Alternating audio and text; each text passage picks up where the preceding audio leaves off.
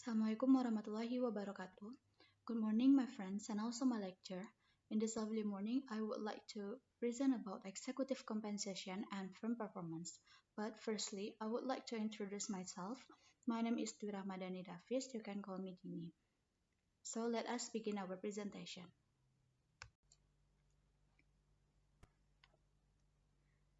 Introductions.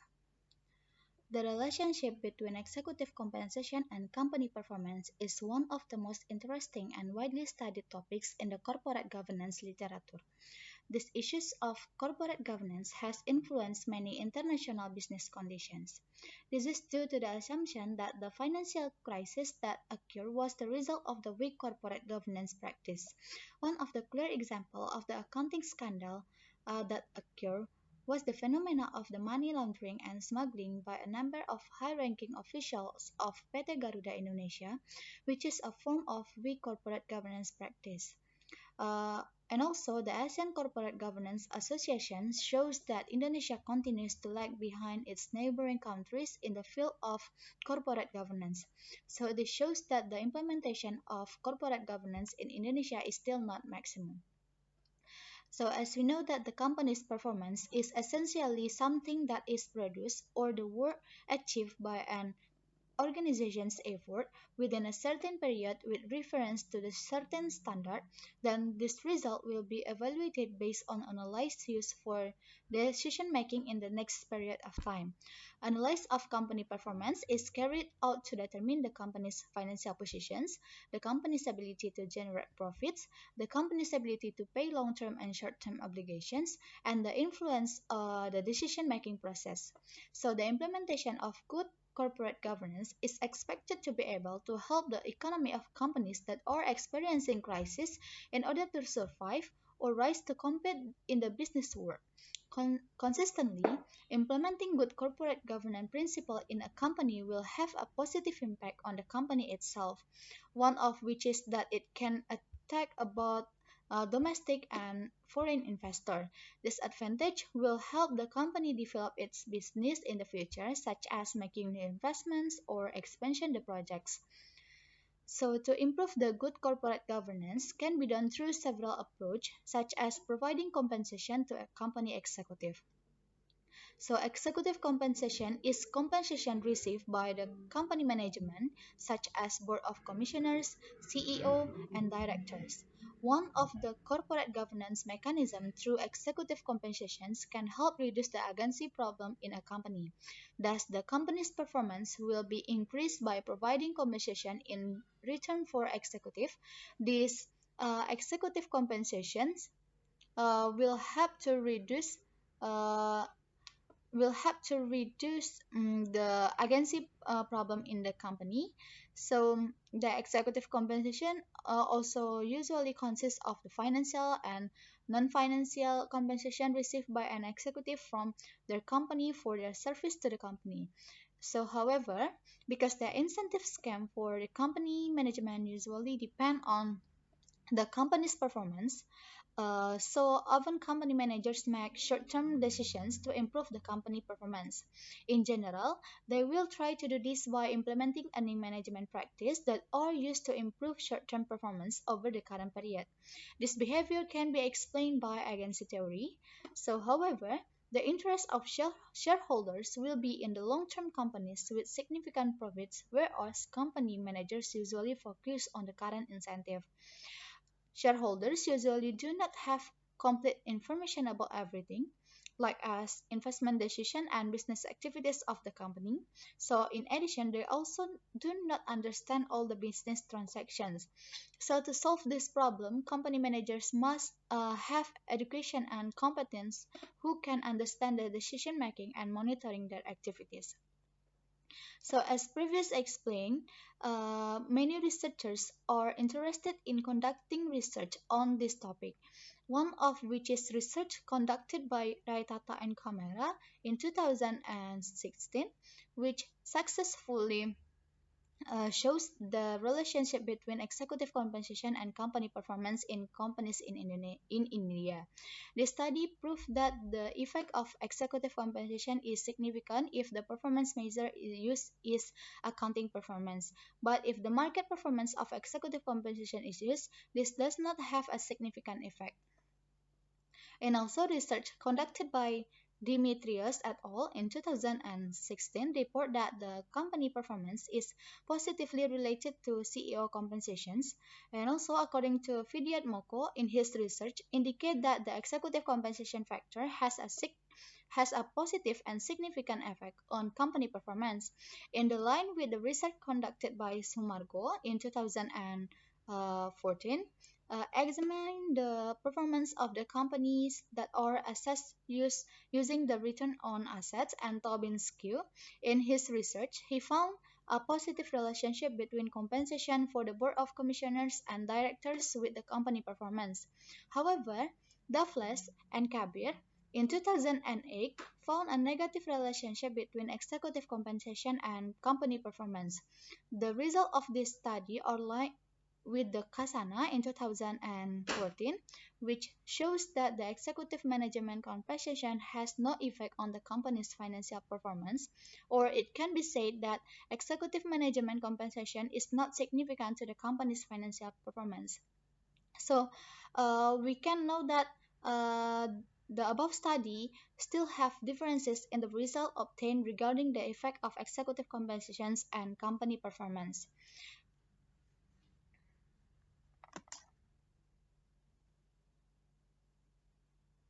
So, based on the background, we know that the organization performance is important in this area, and it can be dynamic and fast change.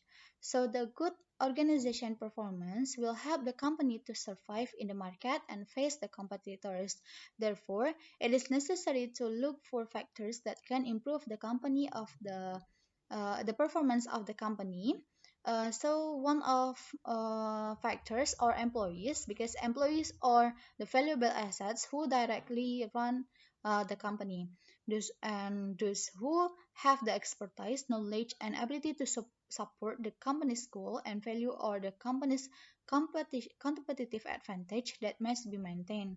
As a result, the company must identify the effect of both short and long-term incentive on the organizational performance. So the problem statement, or do the short-term incentive affect the firm performance? And the second is, do the long-term incentive affect the firm performance? So next is agency theory. As we know that the most basic thing in understanding corporate governance is agency theory.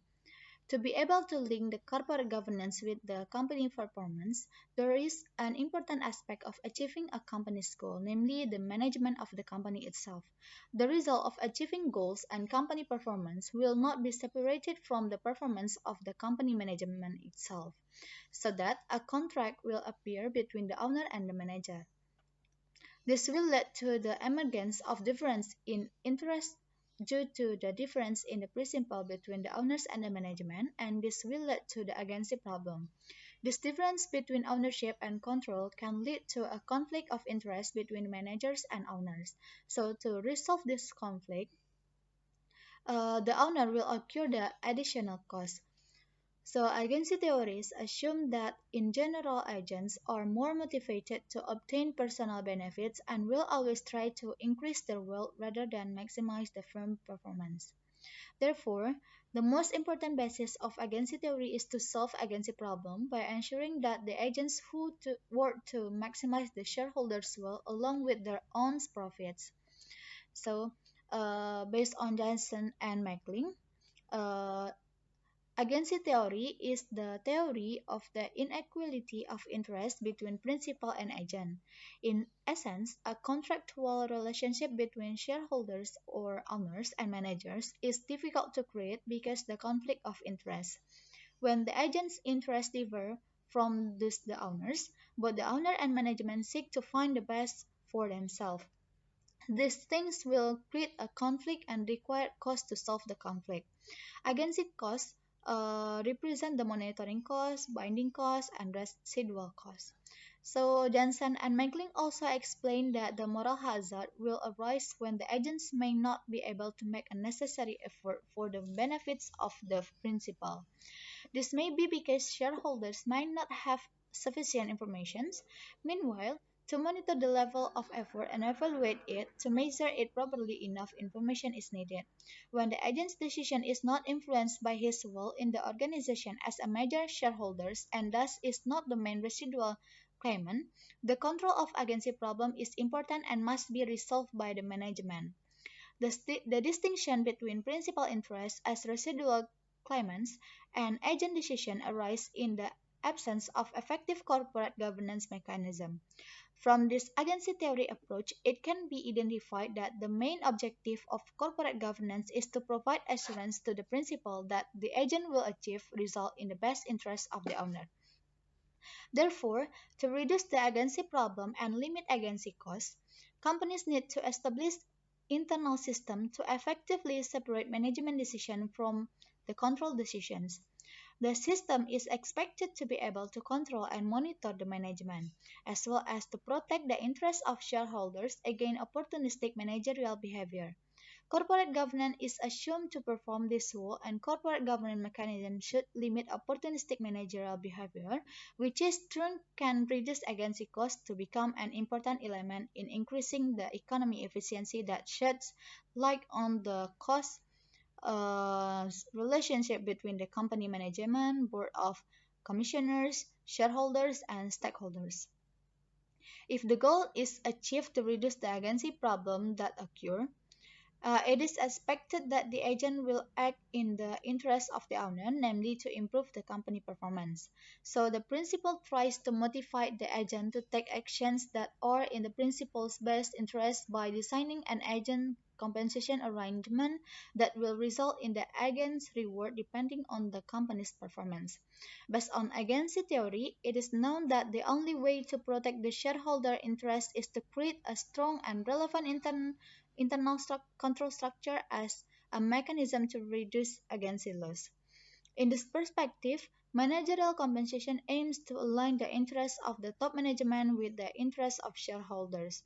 This alignment of interests is accomplished by creating financial incentives to ensure that executives will carry out their duties in the best interest of shareholders and will not take any action that would harm corporate value to gain their own wealth. Corporate governance.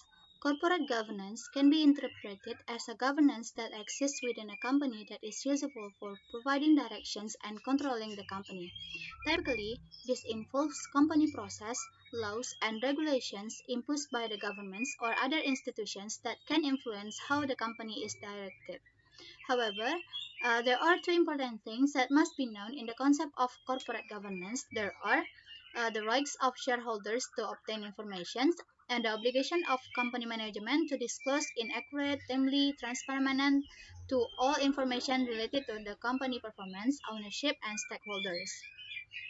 So the corporate governance is also known as a process and structure used by the corporate organs that will be used to provide added value to the company in a sustainable manner in the long term, especially for shareholders, while still paying attention to the interests of stakeholders based on the laws and regulation and prevailing norms. Good corporate governance can provide benefits for the country, stakeholders, and companies that implement it. Because one of the goals of corporate governance is to protect the interests of shareholders, based on this objective, it can be seen that agency theory plays an important role in conceptualizations.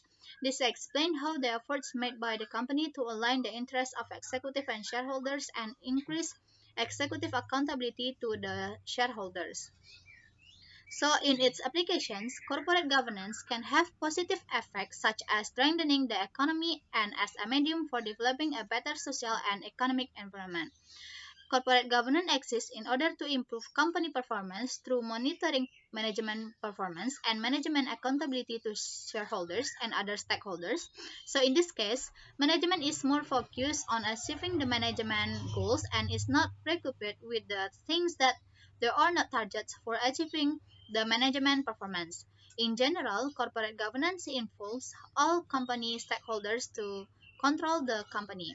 However, the corporate governance also plays a role in balancing the interests of shareholders and management so that it can be an impetus to increase the added value of the company performance. Next is directors and board of commissioners. The definitions of board of directors is a limited liability company according to Article 1, paragraph 5 of Law number 40 of 2007 concerning limited liability companies is an organ of the company which is authorized and fully responsible for the management of the company for the benefit of the company in accordance with the purpose and objective of the company and representing the company, both in and outside the court, according to the Article of Association. So it means that the board of directors is an organ of a corporate entity that is authorized and has special responsibility for all forms of company operational activities and management in the context of carrying out interest in achieving company goals. The board of directors is also responsible for external affairs of the company such as with suppliers, consumers, legal parties, and regulators.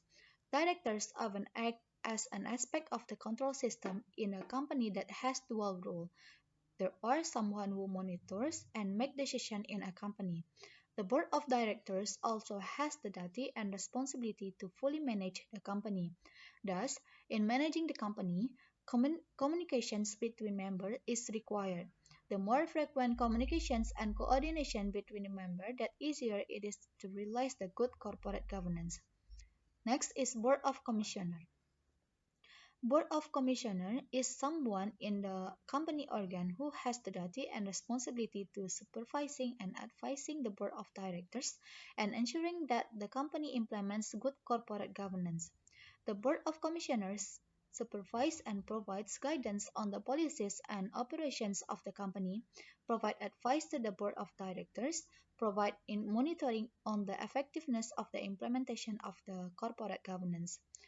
So the control functions of Board of Commissioners is one of form of implementing the agency theory. In a company, the Board of Commissioners represent the main internal mechanism that function is the principal supervisory functions and control the opportunistic behavior of management. The Board of Commissioners can be said to be a mediator that bridge the interests of the principal and managers in the company. So it can be said that the Board of Commissioners will represent the company's shareholders to ensure that all action taken by management or effort that use in the best interest of the company. Fama in 1980 stated that the Board of Commissioners is the center of the internal control mechanism for monitoring managers.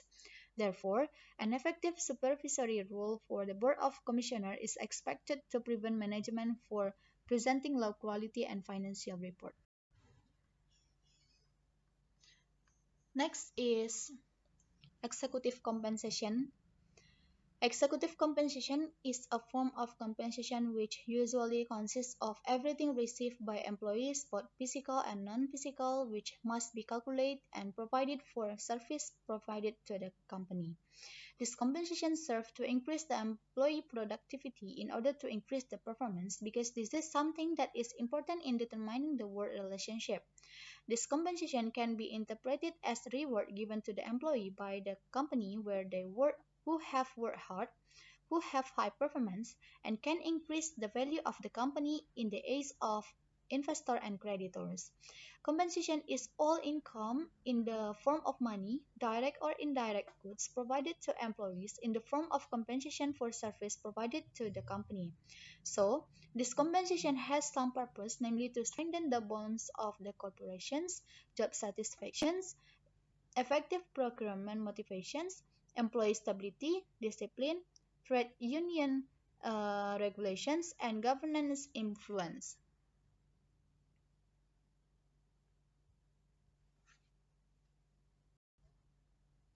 Next is determinants of executive compensations. As we know that there has been much debate regarding to the possible reasons for the spike in the executive salaries since the 1980. So, therefore, several theories are needed to overcome the determinants of the executive compensations. So, there are four economics theories have been proposed to explain the significant increase in the executive compensations. There are the theory of managerial rent extractions, company scale and incentive, and general skills gain rather than specific. So the first is the managerial rent extraction is the executive compensations to the ability of managers to the extract rent. In this view, poor corporate governance can allow managers to take advantage of the company, leading to a significant increase in CEO compensations. Usually, it is easier for executives to attract rent in the form of compensations. This is done because it is more difficult for shareholders to observe or assess, which provide an explanation that can provide justification for recent growth in the use of stock options. This theory suggests that pay rates and the use of more concealed forms of remuneration such as stock options will be higher in the periods when the corporate governance is weak. Meanwhile, the second theory tries to link the level of compensation with the firm size. The theory explaining the span of control and the competitive assign of CEO to heterogeneous firms show a positive cross-sectional correlations between firm size and compensations. The third theory, providing incentive for employees, has increased since the 1980.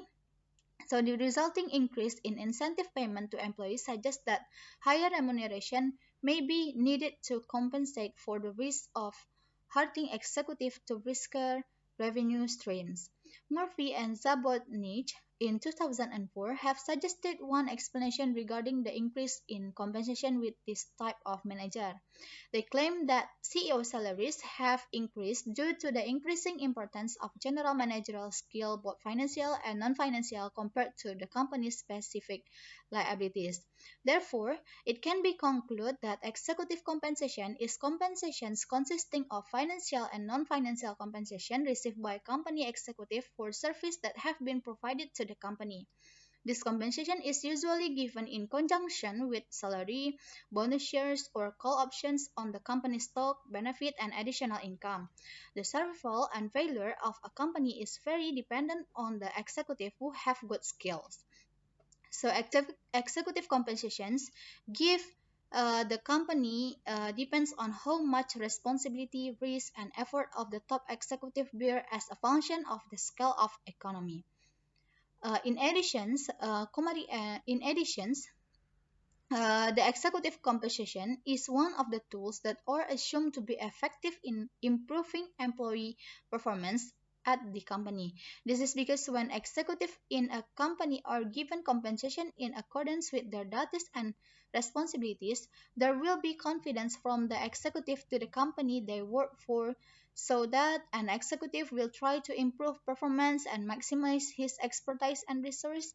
So the company's annual report generally represent executive compensations or key management compensation separately in the form of short and long-term incentive reward.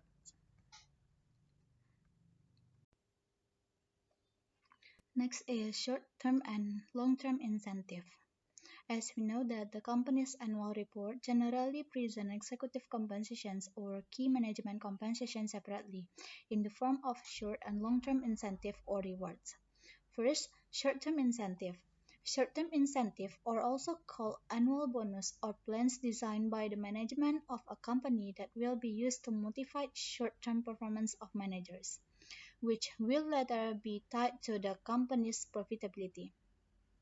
In general, every company must have an annual bonus, which is intended to motivate the short-term performance of managers and executives.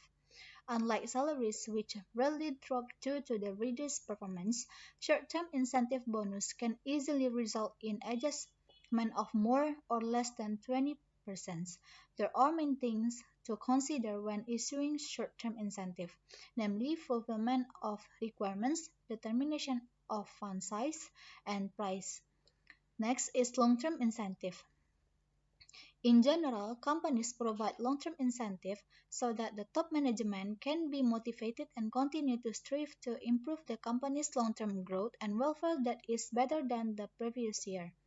The long-term incentives provided by the company are intended to increase the motivations of top manager top manager to pay more attention and focus on the company's long-term growth and well-being, and inject a long-term perspective into executive decisions. Long-term incentives are also intended to encourage executives to stay with the company by providing opportunities to raise capital, for example, company shares, based on the company's long-term success. In assumptions of long-term incentive plan is that the growth in the value of the company shares reflect the company's long-term performance. So there are several types of plans. There are share options. Share options is the right owned by the management of the company to buy a number of shares on, or after a certain date in the future at the price that has been agreed on the date of grant of options. This is done to provide directions to managers regarding the long-term and short-term performance to be achieved by the company. Second is phantom shares, may grant a manager a number of shares but only for bookkeeping purpose. Unlike stock options, a phantom shares plan has no transactions cost. Next is share appreciation right, can be defined as a right that is used to receive cash payments based on an increase in the share value from the time of awarding until a certain date in the future. Appreciation rights for the shares and shares of phantom or a type of deferred cash bonus where the bonus amount is a function of the market price of the company's shares. Next is performance shares or stock that given a certain number of the shares to manager when certain long-term goals have been met.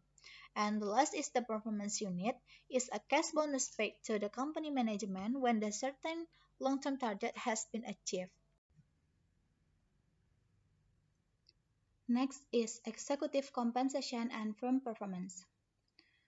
Research on company performance that is influenced by executive compensation has been carried out. Many studies link company performance with various other variables. However, the results of this study have varied or are inconsistent with other studies. Like as research conducted by CEO et al. In 2015 found that CEO payments should not be associated with stock price because there are many techniques that can be used to temporarily boost stock price such as earning management. However, this earning management may eventually lead to fraudulent behavior. Therefore, Malik et al. In 2019 suggests that the salary components of the compensation package can be designed in such a way as to motivate CEO to work harder in order to improve company performance and shareholder interest, and to prevent failure of decision making that has a negative impact on the performance of company. And also, Founders et al. In 2017 explained that CEO can attract incentives such as stock options, cash bonus, performance bonus, and share ownership, and can engage in the activity that can create increased risk for the company. And also, Tipati et al. In 2018 also suggests that some CEO focus on short-term returns rather than long-term returns that can damage the company. So, based on the several studies, can provide an explanation that the interests of shareholders and management can be aligned by offering shares to management at the attractive price or in the terms of incentive and making them the owner of the company. Al-Najjar et al. In 2017 shows that long-term incentive policies are smaller in a quantum but bigger in the terms of increasing equity, whereas the short-term incentive policies are usually only for the moment and sometimes even get companies into trouble. In addition, many researchers have focused on the sensitivity of salary incentive to performance. This performance-related salary sensitivity can be interpreted as a rate of change in the wealth of shareholders and CEO. This is usually done to provide a motivational boost to the CEO to work in the best interest of the shareholders. If this is done well, it will enable the company to stand firm and strive to survive in a competitive capital market. And companies that fail to design a CEO compensation policy and align them with shareholder interests will incur higher costs and may even pose obstacles to the company's long-term sustainability. Therefore, performance-related salary sensitivity should be identified by analyzing changes in shareholders' return with changes in CEO remunerations. Next is research by Sumarko in 2013 conducted research on board of director compensations in research on the effect of family management, compensation of directors and boards of the commissioners on the company performance. The results show that the compensations for directors and board of commissioners has a significant effect and had a positive relationship with the company performance in Indonesia. And also, Widyatmoko in 2009 analyzed the factors that affect the compensations of the executive of the plantation BUMN and analyzed the relationship between these factors and company performance. The study result shows that the company's ability to pay compensation has a positive relationship and has a significant effect on the company's financial performance. But, however, research conducted by Dufles and Kabir in 2008 found a negative relationship between executive compensation and company performance.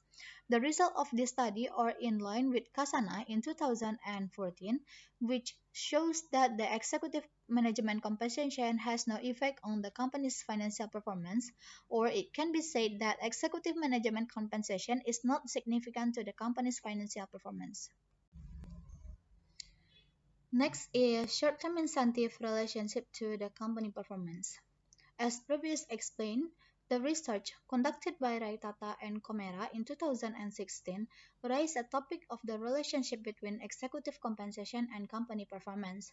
This topic is the most studied topic in the corporate governance literature over the past 2 decades. The academic literature on the agency theory and external compensation argues that CEO compensation should be aligned with the company performance. The relationship between compensations and performance themes from agency theory. So, according to the agency theory, compensation contracts should be designed to align the interests of the manager with the shareholders. So, it hopes that the compensation is given to contribute to overcome the agency problem related to the corporate governance practice. So, providing incentive to the top executive is one way to reduce the problem that harm the company. One of them is short-term incentive. So, with the existence of short-term incentive that are expected to be able to motivate executive to work optimally and seriously in carrying out their duties. In his research, Widyatmoko in 2009 shows that the compensation given by the company has a positive relationship with the company's financial performance. Raitata and Kamera also prove that the effect of executive compensation is significant if the performance measure used is accounting performance. The relationship between executive compensation and firm performance is significant in the large companies, but the relationship is not significant in the small companies. The compensation given to the executive is expected to maximize the shareholder value. So, in other words, the short-term incentive given to the top executive of the managers aim to improve the company performance so that shareholders' value can also increase. Next is long-term incentive and firm performance. Providing long-term incentive to the top executive is one way to reduce adverse problems or agency problems. With the existence of long-term incentive, it is expected to be able to motivate executive to work optimally and be seriously in carrying out their duties. Ratata and Camera research proved that the effect of executive compensations is significant if the performance measure used in accounting performance, as my explanation before. So, uh, the long-term incentive given to the executive are expected to maximize the shareholder value. So, in other words, the incentive given to the company's top executive are aimed to improve the company performance so that shareholders' value can also be improved. And previously, a study on long-term incentive and their effect on company performance was also conducted by Westphalia and Zajak in 1998. They conducted a study on the symbolic management of shareholders in the US. Their study specifically examined whether the stock market react positively to the certain governance mechanisms, such as the implementation of long-term incentive plans. The data were analyzed from 405 firms over a 10-year period, 1982 to 1992. So the finding of this study found that the stock market react positively to long-term incentive plan adoptions. So in addition, with regard to internal consequences, the study also found that a long-term incentive plan can provide peace to shareholders and increase the monitoring capacity of the board. Next is conclusions. As we know that the corporate governance can be interpreted as a governance that exists within a company that is useful for providing directions and controlling the company. Typically, it involves the company process, laws, and regulations imposed by the governments or other institutions that can influence how the company is directed, whether it is in accordance with the established mechanism or not. So the corporate governance mechanism is a series of process, habits, policies, rules, and institutions that affect the directions, management, and control of the company or corporations. This corporate governance mechanism is needed in implementing the concept of corporate governance in the companies. This mechanism will act as a control that can be used to ascertain whether the company's top management makes sound and wise decisions that meet the interests and needs of all shareholders and can obtain maximum profit and create company value. So it can be said that the essence of corporate governance is to improve the company performance through monitoring performance management and the existence of management accountability to shareholders and other stakeholders. So in this case, management will be more focused on achieving management goals and not be preoccupied with the things that are not targets for achieving management performance. Corporate governance also plays a role in balancing the interests of shareholders and management so as to increase the added value of the company. So it can be said that the agency problems are assumed to disappear if a manager also acts as an owner at the same time. The greater the proportion of management ownership in the company, the management tends to be more active in the interests of shareholders who also included themselves. This indicates that the importance of managerial ownership in the company's ownership structure. Therefore, the role of the board of directors and commissioners has full duties and responsibilities in managing the company. Thus, to improve the communications and coordinations between the members, the board of directors and commissioners need to be accountable to the company and shareholders and act in the best possible way in the interest of both. In addition, a fair attitude is also needed in the implementation of good corporate governance. The board of directors and commissioners need to apply the principle of general corporate governance that consists of accountability, responsibility, fairness, transparency, and independency. The conflict between top management and shareholders can be explained by agency theory, as my explanation before. It has been suggested by previous research in corporate governance that this conflict can be reduced by increasing the compensation package of the top management and align top management's benefit with shareholders' interests. So CEO salary plays an important role in the development and performance of the company. The executive compensation in this term is one of the tools that are considered effective for improving the employee performance in the company. It is called effective because when executives at a company are given compensation in accordance with their duties and responsibilities, there will be confidence from the executive to the company their work so that an executive will try to improve performance and maximize the expertise and resources he has. So the company's annual report generally present executive compensation or key management compensation separately in the form of short and long-term incentive or rewards. So in this essay, also I explain how the relationship between long-term incentive and short-term incentive to the company performance.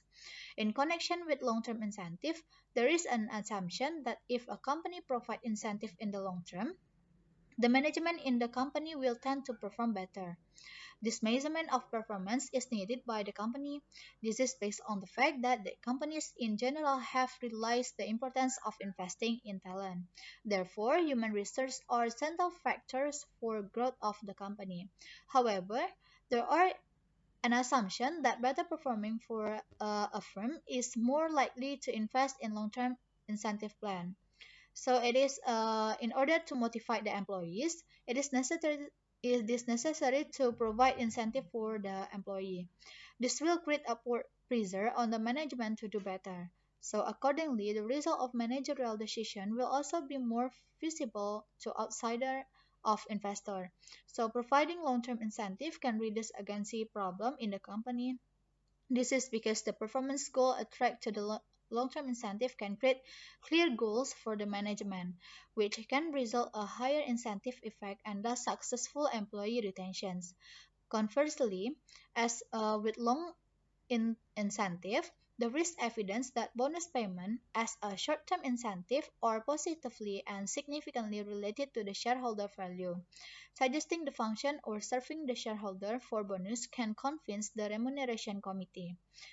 So the short-term incentive not only serve a good motivators for managers to work better, but also because they need competitive salaries to attract and retain the personnel. If the bonus is to be removed, the company must provide compensation by increasing the fixed salary. So therefore, short-term incentive plans are drawn up with the aim of increasing the company's profit, and that is why financial goals are used as a tool to measure the performance. However, performance is measured by financial and subjective goals, both of which aim to make the business thrive. Subjective goals are used to encourage and reward specific behaviors and to develop managerial leadership skills. When the short-term incentive program is well structured and reflect the business strategy, and participants are motivated by the plan of short-term incentive, it will benefit shareholders because profit will also be increased. So, that's all about my explanations.